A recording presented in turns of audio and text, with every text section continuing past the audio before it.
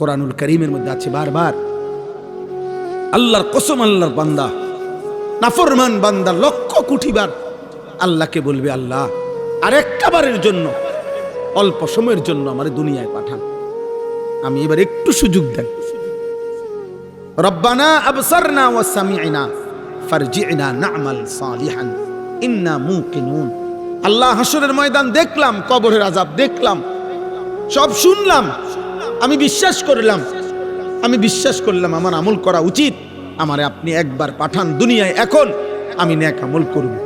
আল্লাহ বলবে, না না ফরমান, ওয়ালাকিন হাক্কাল কাউলু মিন্নি, আমার সিদ্ধান্ত এটা, লা আমলা আন্না জাহান্নাম, তোর মতো বেঈমান দিয়া জাহান্নাম পূর্ণ করব। লা আমলা আন্না জাহান্নামা, আমি জাহান্নাম পূর্ণ করব তোর মতো নাফরমান। আমি তোকে বলেছি বান্দা, বলেছি। অতএব বাপ, রাত অনেক হয়েছে, আপনাদের কাছে প্রথম একজনও যদি বুঝেন, ছেলেরা বাবা তোমরা যদি কেউ বুঝে থাকো বাবা, বন্ধুদের আড্ডায়, সহপাঠীদের আড্ডায়, মনে রাখো বাপ, একদিন বন্ধু, আমি সেই ছোটবেলায় প্রাইমারি স্কুলে ক্লাস 5 পর্যন্ত পড়ছি, তো আমি তো ক্লাস 5 পর্যন্ত পড়ছি যেই বন্ধুদের সাথে, ওরা কেউ তো এখন আর আমার সাথে থাকে না, ওরা কে কোথায় আছে আমি আর জানি না। আমার মাধ্যমিক লেভেলের বন্ধুরা তো কে কোথায় আছে আমি জানি না। তাহলে আমার সেই ছোটবেলার পড়ার সাথীরা কই? সাথীরা কোথায় আমার? এই পৃথিবী আমাদের এক একজনকে এক এক দিকে নিয়ে গেছে, দুনিয়া এক এক দিকে ছড়ায় দিছে। এখানে এরপরের আয়াত আল্লাহ এটাই বলছে, কুল হুয়াল্লাযী যারাআকুম ফিল আরদ, হে নবী আপনি বলেন, আল্লাহই তোমাদেরকে পৃথিবীর ভিন্ন ভিন্ন প্রান্তে আল্লাহই তোমাদেরকে ছড়িয়ে দিয়েছেন। তিনি আমাকে বাংলাদেশের জন্ম দিয়েছেন, তিনি ওকে ইন্ডিয়ায়, আরেকজনকে লন্ডনে, আরেকজনকে আমেরিকায়, আরেকজনকে সৌদি আরবে, তিনি কাউকে কুমিল্লায়, কাউকে সিলেটে, আবার তিনি জন্ম না শুধু কর্মস্থল পরবর্তীতে এক একজনরে এক এক দিকে পাঠায় দিছে। ছোট ভাই বাংলাদেশে, বড় ভাই সৌদি আরবে, আরেক ভাই ইটালিতে, একজন চাকরি করে ঢাকাতে, আরেকজন সিটা চাকরি করে কুমিল্লাতে, ছোট বোন থাকে, আমার ছোট বোন থাকে বগুড়ায়, আমার মেজো ভাই থাকে ঢাকা, আমার বড় ভাই থাকে চান্দিনা আলামিন কামিল মাদ্রাসার সম্মানিত প্রিন্সিপাল মাওলানা মাহবুবুর রহমান আশরাফি, আপনারা অনেকেই চিনেন ভাইকে, তো আমার আপন বড় ভাই উনি থাকে এখানে, আমার ছোট দুই ভাই থাকে কুমিল্লা, দুই জায়গা, আমার মেজো বোন থাকে আপনার সদর দক্ষিণ, আমার বড় বোন থাকে নাঙ্গলকোটের ওইখানে। আমরা 8 জন ভাই বোন এক ঘরে থাকি, কিন্তু আমরা ছোটবেলায় একসাথে ছিলাম না, আমার বাবার আমরা সন্তান না।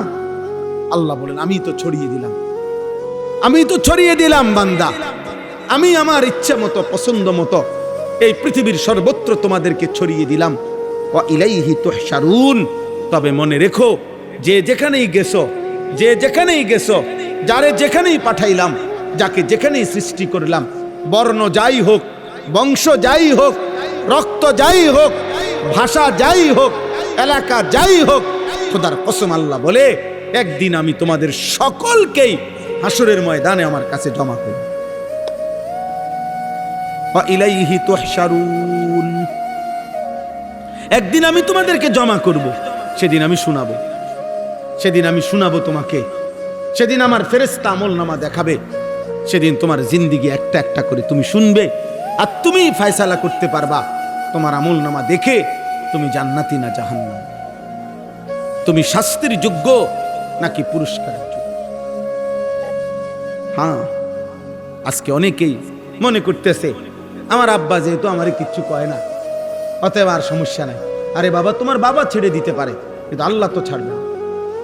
তোমার মা হয়তো তোমার চুল দেখা জঙ্গলির মতো, হাইওয়ানের মতো, আফ্রিকান জানোয়ারের মতো চুল দেখা মা হয়তো তোরে ভয় পায় বেটা।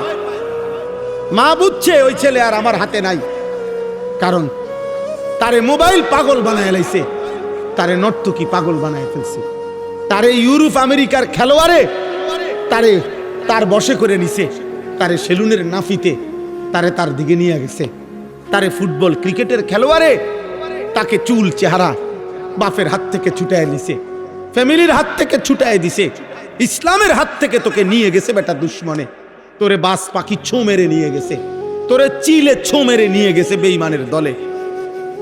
আহ আহ, আল্লাহ বলে বান্দা ভুলে থাকো আর মনে থাকো আমার কাছে আসতে হবে।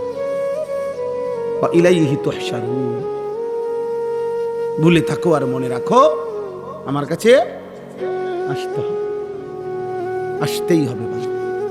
কি মনে করছো? কি মনে নাই?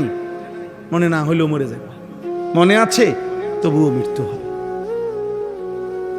অট্টালিকায় তুমি মৃত্যু হবে, কুড়ে ঘরে তুমি মৃত্যু হবে, তিন বেলা ঠিক মতো খানা চলতেছে মৃত্যু হবে, ক্ষুধার্ত তবুও মৃত্যু হবে, সুস্থ কিংবা অসুস্থ তোমাকে ফিরে আসতে হবে।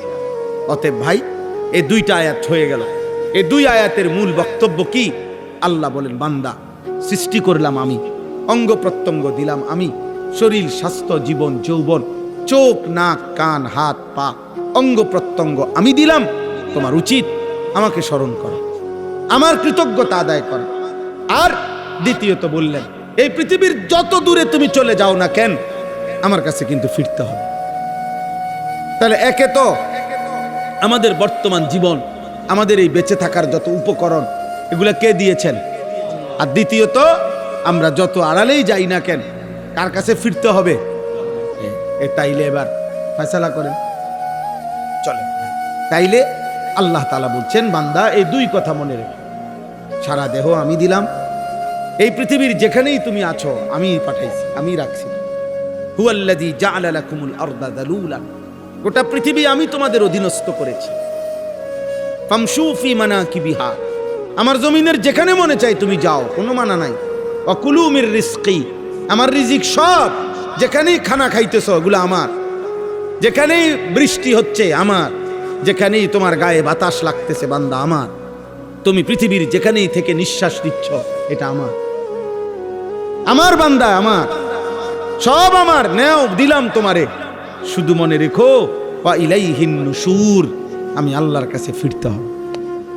এই কথাইটা যে কতবার কোরআন শরীফে আছে, একটু পর পরে কোরআন শরীফে এই কথাইটা আছে, ওয়া ইলাইহি তুরজাউন ওয়া ইলাইহিল মাসির, ইলাইয়াল মাসির ইলাল্লাহি মারজিউকুম জামিআ। এভাবে বারবার ফিরতে হবে, ফিরতে হবে, ফিরতে হবে, ফিরতে হবে, ফিরতে হবে। এই কথাইটা একটু পর পর আল্লাহ মনে করাইছে বান্দা থাকতে পারবা না, ফিরতে হবে, ফিরতে হবে। সেজদা দিতে দিতে আল্লাহর ইবাদত করতে করতে আব্দুল কাদের জিলানী হলেও মরতে হবে, আর নাফরমানি করতে করতে ফেরাউন নমরুদ হলেও মরতে হবে। হবে হবে কি না বলেন না? ফিরতে হবে, তোমাকে চলে যেতে হবে, অনুগত হোক আর অবাধ্য হোক। মৃত্যু মূসারও হইছে, মৃত্যু ফেরাউনেরও হইছে, হইছে কি না বলেন? হ্যাঁ, নমরুদেরও মৃত্যু হয়েছে, ইব্রাহিম আলাইহিস সালামেরও কি হয়েছে? আমাকে আপনাকে চলে যেতে হবে। রাত গভীরে এতটুকু কথাই মনে করে, এতটুকুই মনে করে। আল্লাহ বলেন এবার শুনেন, ওয়ায়াকুলুনা মাতা হাদাল ওয়াদু ইন কুনতুম সাদিকিন। আল্লাহ বলে প্রত্যেক পাপী নাফরমান বিদ্রুপ করে নবীদের সাথে, আল্লাহর কথার সাথে বিদ্রুপ করে। কি বিদ্রুপ করে? বিদ্রুপ করে বলে যে তোমরা যারা বলতেছ আখিরাত হবে, পরকাল হবে, হাসরের মাঠ হবে, তো এটা যদি সত্যই হয় তো এখন করতে কও। মাতা হাদাল ওয়াদু, এই মোল্লা এই ওয়াদাতে কইতেছ আল্লাহ এই করব সেই করব, কোন দিন? এখন আসতে কও। আখের এই সবসময় একটা কথা মনে রাখবেন, সর্বযুগে এই পৃথিবীর প্রথম থেকে এই পর্যন্ত প্রত্যেক জামানার জালেম আল্লাহ যখন তার কলিজার থেকে আখিরাত ভুলাইয়া দেয়, কথাটা সূক্ষ্ম মনে করেন, বুঝেন। প্রত্যেক জামানার প্রত্যেক যুগের জালেম যারা পাপী, আল্লাহ যখন তাদের দিল থেকে আখিরাত সরাইয়া দেয় তখন তাদের অবস্থাটা এমন হয়, যতক্ষণ খোদাই আযাব ঠিক হুবহু তার মাথাত না ইয়ে পড়ে ততক্ষণ আশেপাশের যদি সব ধ্বংস হয় হে তবুও মনে করে আমি মরতাম না, আমার কিচ্ছু হইতো না, আমার কিছু হইতো না। এটা হলো পাপীর সবচেয়ে বড় কি লানত, মুসিবত, মুসিবত। অথচ এরা মক্কাবাসী আরবের জনগোষ্ঠী নবীজির জামানার, এরা জানতো নূহ আলাইহিস সালামের জাতির ঘটনা, এরা ধ্বংস হয়েছে। লূত আলাইহিস সালামের জাতি, শুআইব আলাইহিস সালামের জাতি, সালেহ আলাইহিস সালামের জাতি, কওমে আদ, কওমে সামুদ, কওমে লূত, ফেরাউন, নমরুদ, কারুন, হামান। সবচেয়ে আশ্চর্য কথা হলো জামাল ভাই, রাসূলুল্লাহ সাল্লাল্লাহু আলাইহি সাল্লামের জন্মের 55 দিন আগে, 55 দিন, কয়দিন মানে 50-এর 5, 55 দিন আগে আব্রাহা বাদশাকে আল্লাহ তাআলা হাতির বাহিনী সহ পুরা বাহিনীকে এই কাবাগরের সামনে, এই মক্কাবাসীর সামনে আল্লাহ ধ্বংস করে দিছে। এটা তারা চোখে দেখছে, এটা সেদিনকার ঘটনা, সেই দিনকার ঘটনা এটা। এরপরও নবীজি যেদিন আখিরাতের কথা বলছে আর আল্লাহর আযাবের কথা বলছে, এই বেঈমানরা এরপরও বিদ্রুপ করে। কিরে তোরা না দেখলি এটা? বুঝেন নাই কথাটা? আবু জাহেল, আবু লাহাব এরা দেখছে না এটা? তো এরা বুঝতে চাইলো না কেন? এরা তো দেখছে তাদের চোখের সামনে যে আল্লাহর ঘরে আইসা ধ্বংস করতে আইসা এদের পরিণতিটা কি হয়েছে। এই জন্য বললাম জালেমের সবচেয়ে বড় এই যে তোমরা অনেক ছেলে আসো ভাই, এ পরিমাণ গুনাহ বেশি করে ফেলছো যে একটা মিনিট আর কোনোদিন নামাজের কথা তোমাদের মনে পড়ে না। যদি কারো এমন হয় বাবা, মনে রাখো, বিশ্বাস করো আব্বা, তোমার উপরে আল্লাহর লানত, তোমার উপরে আল্লাহর আযাব চলতেছে। মাথার তুল্লা আসার দিলে আযাব না, এটি তো মামুলি শাস্তি। একটা থাপ্পড় দিছে, একটা ঘুষি দিছে, জেলখানার মধ্যে 6 মাস আটকাইয়ে রাখছে, এনে কি কিটা আটকাই রাখছে, তো বার্তার গাড়িয়ে দেয়, এটি কিচ্ছু না রে বাবা। কিন্তু তোমারে যে আখিরাত ভুলাই দিছে, তোমার অনন্তকাল জাহান্নামের আগুনের জন্য তোমারে যে রেডি করতেছে, এটা অনেক বড় বিপদ, অনেক বড় বিপদ। নাহলে এরকম কেমনে হইলা? 365 দিনে 1 বছর একদিনও মনে পড়লো না আমি একটা মুসলমান, আমার উপরে ফজরের নামাজ ফরজ? আপনার 1 মিনিট ভাবেন তো কিভাবে সম্ভব ভাইরা? চিন্তা করেন না ভাই, এ কেমন মুসলমান, এই কেমন মানুষ, এ কেমন ঘর, এই কেমন আব্বা মা। এই পোলাটা আজকে একটা বছর কোনোদিন বাপ মার চোখের সামনে, আপনারা জীবিত বাপ মা, ওনারা জানে এটা, ওই ঘরে ঘুমায় পোলাগা, মেয়েটা ছেলেটা 1 বছরে কোনোদিন একদিনও ফজরের নামাজ পড়লো না, বাপ মা জীবিত। আচ্ছা এটা মানেন কিভাবে? কি মনে করেন কিভাবে সম্ভব? এটা কিভাবে সম্ভব? এই বাবা মা কেমনে বলে আমরা মুসলমান? এই সন্তান কেমনে বলে আমি মুসলমান? নবীজি স্পষ্ট, বুখারীর হাদিস, নবীজি বলছে এশার নামাজ আর ফজরের নামাজের জামাতে আসে না, কষ্ট হয় ওদের যারা মুনাফিক তারা। একেবারে সাফ হাদিস, নবীজি বলছে ফজরের নামাজে যে অনুপস্থিত সে মুনাফিক। একবার না, নবীজি এটা একাধিকবার বলছে, একাধিকবার বলছে লা ইয়াশহাদুহুমা মুনাফিকুন, এশার নামাজ এবং ফজরের নামাজের মসজিদে আসে না মুনাফিক। হযরত আব্দুল্লাহ ইবনে ওমর বলছেন ইজা ফাকাদনাল ইনসানা ফিল ফজর আসানা বিহি যান। নবীজির জামানায় আমরা যদি কাউকে ফজরের নামাজে অনুপস্থিত দেখতাম, 2 দিন 1 দিন 3 দিন না দেখলে খোদার কসম তিনি বলেন আমরা তাকে মুনাফিকই ভাবতাম। আমরা বলতাম যে ওই মসজিদে আইয়ে না কা ফজরে, তো অন্যরা বলতো বুঝছো না ও তো মুনাফিকের জন্য, এইভাবে বলতেন না।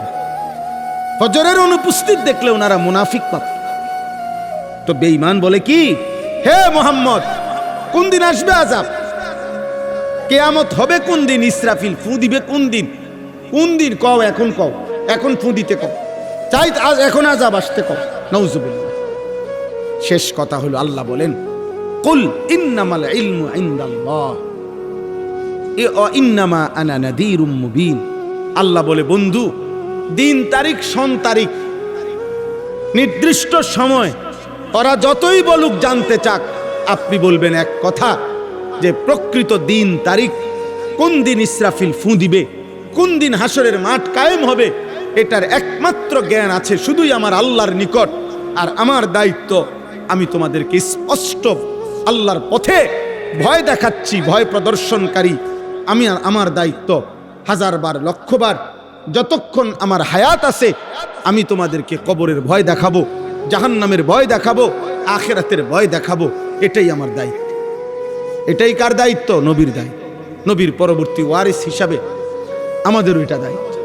এই জন্য আমরা বলি, আমগরে অনেক মানুষে বিদ্রুপ করে হুজুরার কাছে এই ছাড়া আর কথা নাই। কেল কবর, আখেরাত, হাসর, আসমানের রূপের কথা, আর কথা নাই। আর কথা তো বলি না ভাই, আরো লোক আছে। ডাক্তার সাহেবরা আপনি কোনোদিন বলেন না কেন সারাটা জীবন এই প্যারাসিটামল না ফালইয়া পড়ে রইলেন? আর কথা নাই আপনার দ্বারে? আপনি একটা বিল্ডিং বানান না কা? ইঞ্জিনিয়াররে বলেন না কেন সারা জীবন আপনি বিল্ডিং লইয়া পড়ে থাকলেন? আপনি সারা জীবন আপনি কুদ্দু ডাক্তারি করতে পারেন না? এই দুনিয়ার প্রত্যেক মানুষ বোঝে রাজমিস্ত্রির মানুষে কাঠমিস্ত্রির কথা কয় না, কাঠমিস্ত্রির মানুষে রাজমিস্ত্রির কথা বলে না। এটাই তো নিয়ম। বন্টন করে নিছে এক একজন এক এক কাজ, এক এক কাজ। তাহলে আমরা হুজুর, আমরা আলেম, তো আমাদের জন্য নবীজি সাল্লাল্লাহু আলাইহি সাল্লাম, আল্লাহর কোরআন, নবীজি যা বলছেন তা বলতে হবে না? কথা বলেন না? তাইলে আমাদের তো এই জিম্মাদারি, আমাদের তো এই দায়িত্ব। আমরা আপনাকে ঘরে বলি আর বাজারে বলি, সংসদে বলি আর রাষ্ট্রে বলি, যেখানেই বলি আমরা তো আল্লাহর কথাই বলতে হবে। আমরা তো হালাল হারামই বলতে হবে। হালাল হারামই কণ্ঠরোধ করার চেষ্টা যেই করুক সে করতে পারে, কিন্তু কোনোদিনও হকের কণ্ঠরোধ হয় না। রোধ হয়। একজনকে থামানো যায়, দুইজনকে থামানো যায়, তিনজনকে হয়তো ধমক দিয়ে থামানো যায়, 3000কে থামানো যায়, কিন্তু একদিন জালেম পলাইয়া যায়। একদিন জালেম কি হয়ে যায়? হক থেকে যায়, ইসলাম থেকে যায়, কোরআন থেকে যায়, আল্লাহর দ্বীন থেকে যায়। এটাই বাস্তবতা, এটাই সত্য, এটাই সত্য। 1450 বছরে আমরা কিতাবে পড়ছি ইসলামের ইতিহাসে এক একবার এমন ঢেউ আসছে ইসলামের বিরুদ্ধে, মনে হয়েছে যেন আর ইসলাম টিকবে না। কিন্তু ঠিক এই প্রতিবার ঢেউ শেষে দেখা গেছে ইসলাম টিকেই আছে, ইসলাম টিকেই আছে, টিকেই গেছে এই পর্যন্ত। 1450 বছর। এই জন্য পৃথিবীর কোন অঞ্চলে আর কেউ ইসলাম চিনে না, ইসলাম এই শব্দটি অপরিচিত। পৃথিবীর কোন জায়গায় এই পর্যন্ত এই 1450 বছরের ইতিহাসে এমন হয় নাই, হবেও না কোনো। কিন্তু পৃথিবীতে এমন ধর্ম আছে, পৃথিবীতে এমন মতবাদ ছিল। আপনাদেরকে এখন যদি বলি যে জরথুস্তের মতবাদ, মনুর মতবাদ, আপনারা এই নাম জমজমাট ছিল, হাজার হাজার কোটি কোটি মানুষ অনুসারী ছিল, এমন ধর্ম, এমন মতবাদ এই পৃথিবীতে ছিল। কিন্তু এখন আপনাকে যদি এগুলো বলি তা আপনি কবেন আমার বাপেও শুনছে না। বুঝেন না কথাটা? নাই, নাম নিশানাও নাই। ও ঐতিহাসিকরা জানে, ও বইপত্রের মধ্যে কি তালাশ করলে হয়তো কি পাওয়া যাবে, এরকম কিছু আছে। কিন্তু ইসলাম এই মাটিতে আল্লাহ তাআলা যেদিন থেকে নবীজির মাধ্যমে উদ্বোধন করে দিয়েছেন, আজ পর্যন্ত ইসলাম কোনোদিন অপরিচিত হয় নাই, ইসরাফিলের ফু পর্যন্ত হবেও না ইনশাআল্লাহ। এই জন্য মসজিদ থাকবে, মাদ্রাসা থাকবে, দ্বীন থাকবে, কোরআনের খেদমত থাকবে, কোরআনের খেদমত থাকবে। হ্যাঁ হ্যাঁ, স্রোতের নিয়ম হলো ওই যে স্রোত, পানির ধারা, এটার নিয়ম হলো আপনি এখানে যদি বাঁধ দেন, এখানে যদি আপনি 3 কিলোমিটার বাঁধও দেন, তো পানির ধর্ম হইল, স্রোতের ধর্ম হইল সে প্রয়োজনে তালাশ করতে করতে করতে 3 কিলোমিটারের ওইখান দিয়ে হলো যাবে, সে ওইখান দিয়ে যাবে, সে থামে না, সে তার পরবর্তী গন্তব্য ঠিকই খুঁজে নেয়। এই জন্য আল্লাহর কোরআন, রাসূলের সুন্নাহ, মসজিদ, মাদ্রাসা, দ্বীনি খেদমত পৃথিবীতে কোনো কালে বন্ধ ছিল না, কোনো কালে বন্ধ হবেও না ইনশাআল্লাহ। ইনশাআল্লাহ, ইনশাআল্লাহ, ইনশাআল্লাহ দ্বীন থাকবে, দ্বীন থাকবে। এত পরিমাণ ষড়যন্ত্র নাস্তিক, মুরতাদ, ইসলাম বিরোধীদের, এরপরেও আলহামদুলিল্লাহ আমরা প্রতিদিন হিসাব করি, লক্ষ্য করছি আলহামদুলিল্লাহ শুধু আমাদের এই বাংলাদেশে এই মুহূর্তেও গত 10 বছরে, গত 20 বছরে আপনার এখন আইসা পরিস্থিতি এমন যে ষড়যন্ত্র চতুর্দিকে, কিন্তু আপনি লক্ষ্য করেন জেনারেল শিক্ষিত কলেজ ইউনিভার্সিটিতে এবং জেনারেল শিক্ষিতদের মধ্যে নিশ্চিত দাড়ি রাখা মানুষের সংখ্যা আগের চাইতে 100 গুণ বেশি বেড়ে গেছে। হিজাব পরা, বোরখা পরা নারী, বোরখা পরা নারীর সংখ্যা বাংলাদেশের শুধু কওমি মহিলা মাদ্রাসা না, আলহামদুলিল্লাহ কলেজ ইউনিভার্সিটিতেও একেবারে চোখে পড়ার মতো উল্লেখযোগ্য সংখ্যক হিজাবওয়ালি নারী আলহামদুলিল্লাহ বেড়ে গেছে। যেন দোস্ত তোমরা কমে যাবা, এই চরিত্রহীন তোমরা যারা, তোমরা পৃথিবীতে টিকতা না, এটা মনে রাখ। আমি লিখে দিলাম আব্বা, এই নারী ছবি, অশ্লীল দৃশ্য, ফেসবুক, ইউটিউব, মোবাইলের আসক্ত, তোমার মতো জন্তু জানোয়ারের আখলাক, এই আখলাকওয়ালা মানুষ পৃথিবীর থেকে নিশ্চিহ্ন হবে, ইমানদার টিকে থাকবে ইনশাআল্লাহ।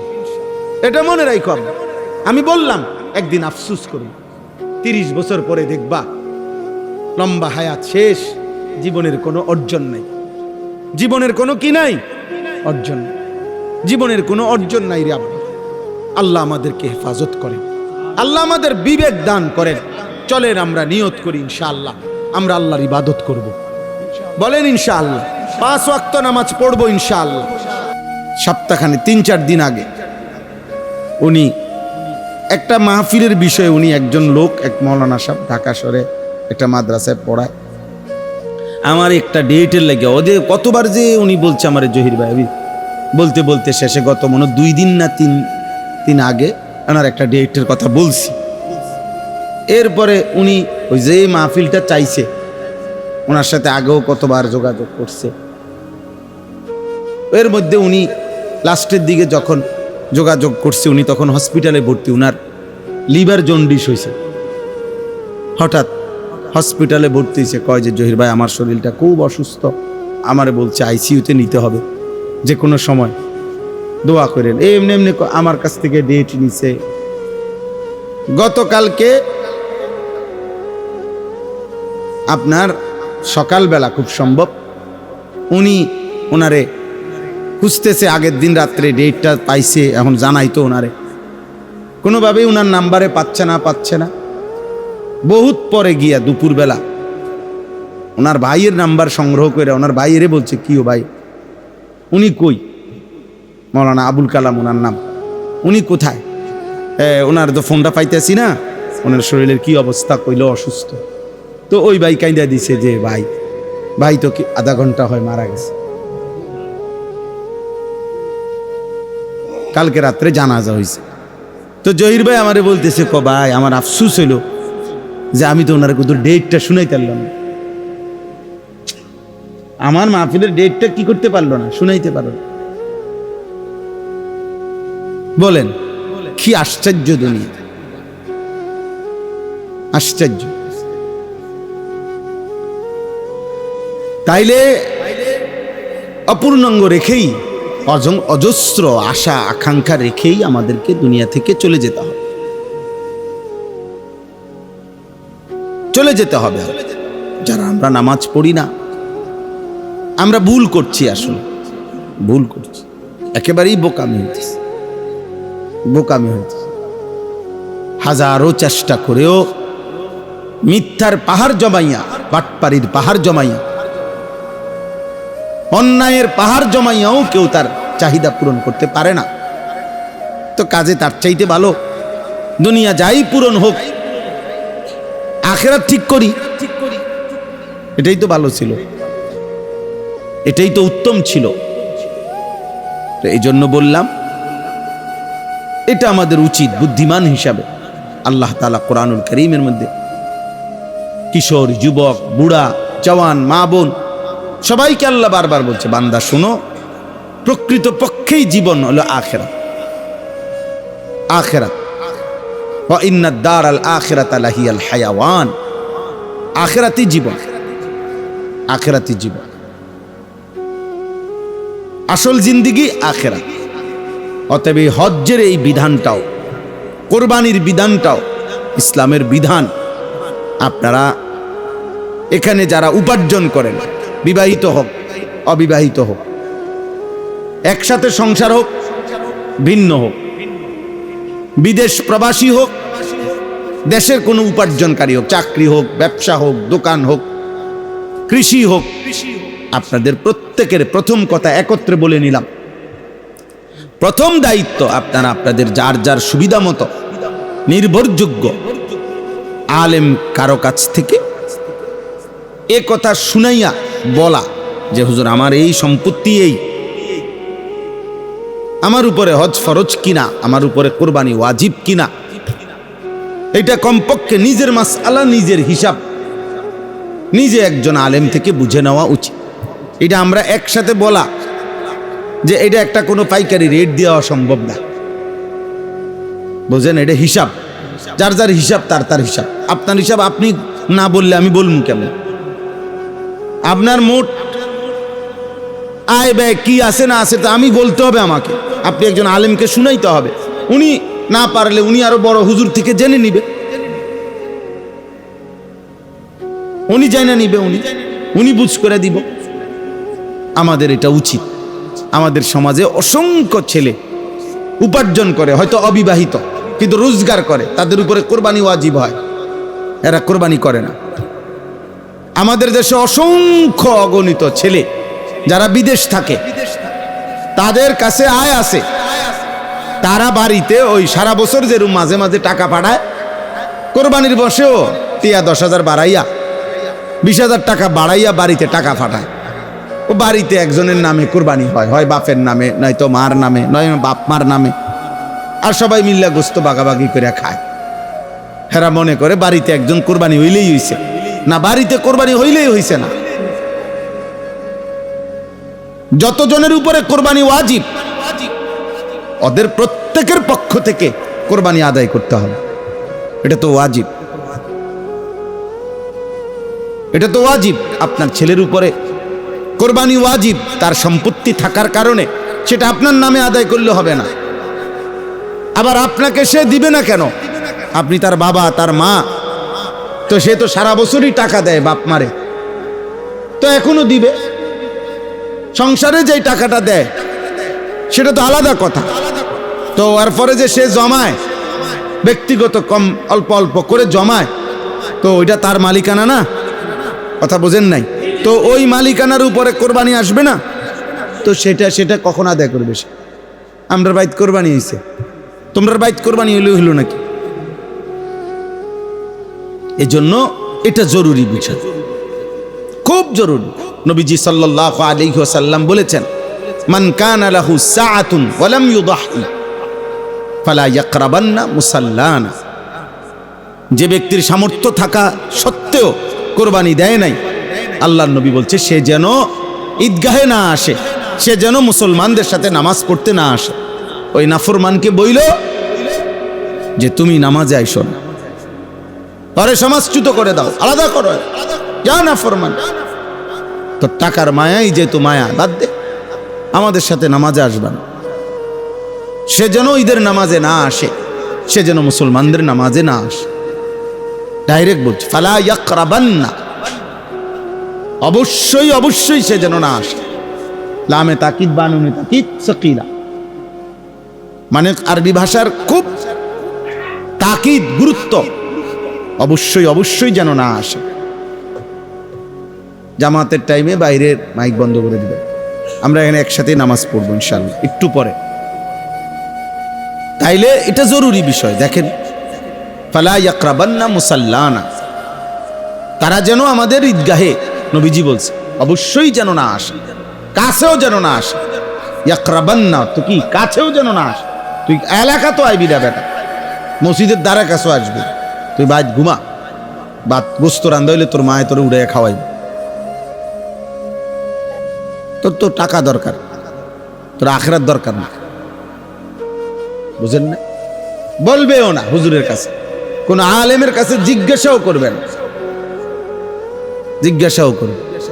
এজন্য দান সাদাকা নফল, এটা কম বেশ হইতে পারে। আমি আপনাকে বললাম মাদ্রাসায় দান করেন, কেউ 10 টাকা দিলেন, কেউ 1000 টাকা দিলেন, হইতে পারে, এটা তো দান সাদাকা নফল। কিন্তু জাকাত, হজ, কোরবানি, এটা খামখেয়ালি না, এটা ফরজ, ওয়াজিব। ফরজ এবং ওয়াজিবে বাড়তি করারও দরকার নাই, কমতি করারও অনুমতি নেই, অনুমতি নেই। আপনাকে যা ফরজ তাই করতে হবে। শরীয়ত নির্ধারণ করে দিছে সম্পত্তি আপনার বাপেরও না, আমার বাপেরও না, সম্পত্তি আল্লাহর দেওয়া। ওয়াবতাগি ফীমা আতাকাল্লাহ, আল্লাহ বলছে আমি তোমাদেরকে যে সম্পত্তি দিয়েছি, যা আমি দিয়েছি, তা দ্বারা প্রথম তোমরা আদ-দার আল আখিরা, আখিরাতের ঘর জান্নাত তালাশ করো। সম্পদের প্রথম হক আখিরাত। আমার জান দিয়ে প্রথম দাবি আমার আখিরাত, আমার মালেরও প্রথম দাবি আখিরাত। আখিরাত এরপরে দুনিয়া। ওয়ালা তানসা নসীবাকা মিনাদ দুনিয়া। আল্লাহ তাআলা বলে দুনিয়া ভুলে যেও না। দুনিয়া বললাম না, বাজার, ব্যবসা, স্ত্রী, সংসার সব করো, কোনো সমস্যা নাই, কিন্তু এক নাম্বার প্রথম প্রায়োরিটি, প্রাধান্য দিতে হবে আখিরাত। তাইলে হজ, কোরবানি, যাকাত, এই তিনটি বিধান আপনি বুঝে নিবেন, অল্প অল্প করে বুঝে নিবেন। বুঝার সহজ উপায় হলো পুরা মাসালা আপনি বুঝা পারতেন না, এটা দরকারও নাই আপনার। আপনি শুধু আপনারটা বলবেন।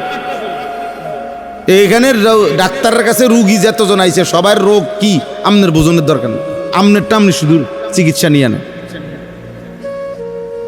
আপনি আপনার হিসাব নিয়ে নেন, তাহলেই সহজ। প্রত্যেকেই যদি নিজ নিজ হিসাব নিয়ে নেয়, যার যার আশেপাশের আলেম থেকে, সহজ। বললাম না, বুঝতেই চায় না, মানতেই চায়, মানতেই চায় না। অথচ আল্লাহর ঘরে যাওয়া, কাবা শরীফ যাওয়া, বিশ্বাস করেন যার কলিজার ভিতরে আল্লাহ পাকের ভালোবাসা আছে, মহব্বত আছে, তার হৃদয়ের একটা স্বপ্ন থাকা, কল্পনা থাকা যে আল্লাহর ঘর দেখা, আল্লাহর ঘর দেখা। নবীজি সাল্লাল্লাহু আলাইহি ওয়াসাল্লাম